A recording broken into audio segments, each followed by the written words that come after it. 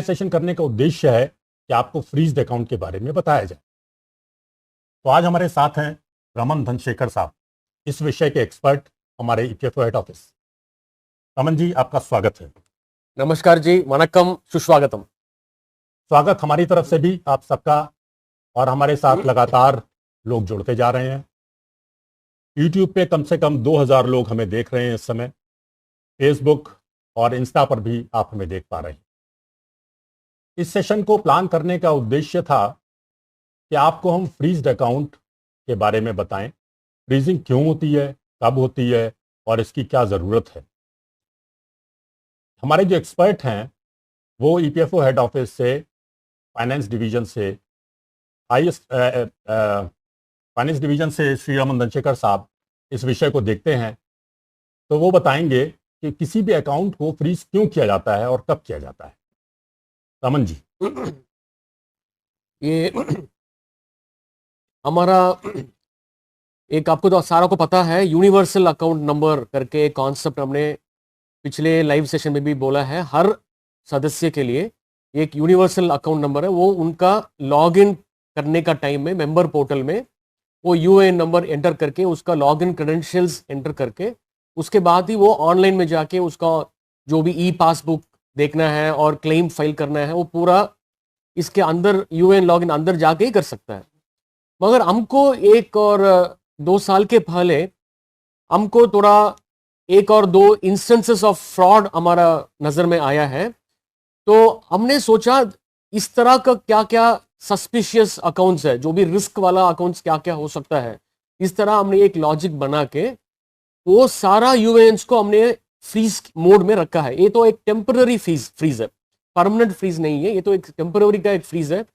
ये आप इस तरह आप सोच सकता है, ये कोरोना महामारी का टाइम में एक लॉकडाउन हुआ था, ये थोड़ा तो इनकन्वीनियंस था, बट फिर भी हमने क्यों किया, क्योंकि ये तो एक भलाई के लिए हमने इसका कोई we should not have any kind of infection, इस तरह हमने सोच के इस तरह वी हैव फॉलोड दैट।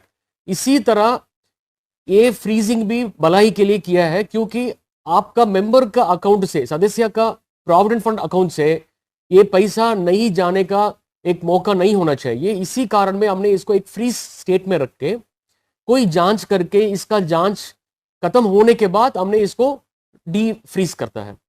तो पहला तो इसका कोई स्टैंडर्डाइज प्रोसेस नहीं था। हमने क्या किया, सिर्फ फ्रीज करके ये पूरा जो भी हमारा एक्सपीरियंसेस है, क्या फ्रॉड हुआ है, कोई इसका किस तरह का मॉडस ऑपरेंडी है, वो पूरा स्टडी करके एक स्टैंडर्ड ऑपरेटिंग प्रोसेस, एसओपी बोलता है शॉर्ट में, ये एसओपी हमने दिसंबर 2023 में इसको जारी किया है। हमारा वेबसाइट में है ये। और इस एसओपी के दौरान एक फंक्शनैलिटी भी अभी पिछले महीने में इसको हमने जारी किया है। तो इस फंक्शनैलिटी में हमने क्या किया, जो भी मान लो आपके एक यूएएन फ्रीज हो गया, क्योंकि आपको लॉगिन करने का टाइम में क्या होगा, आपका एक मैसेज आ जाएगा, आपका यूएएन डीएक्टिवेटेड लाइक करके एक मैसेज आएगा।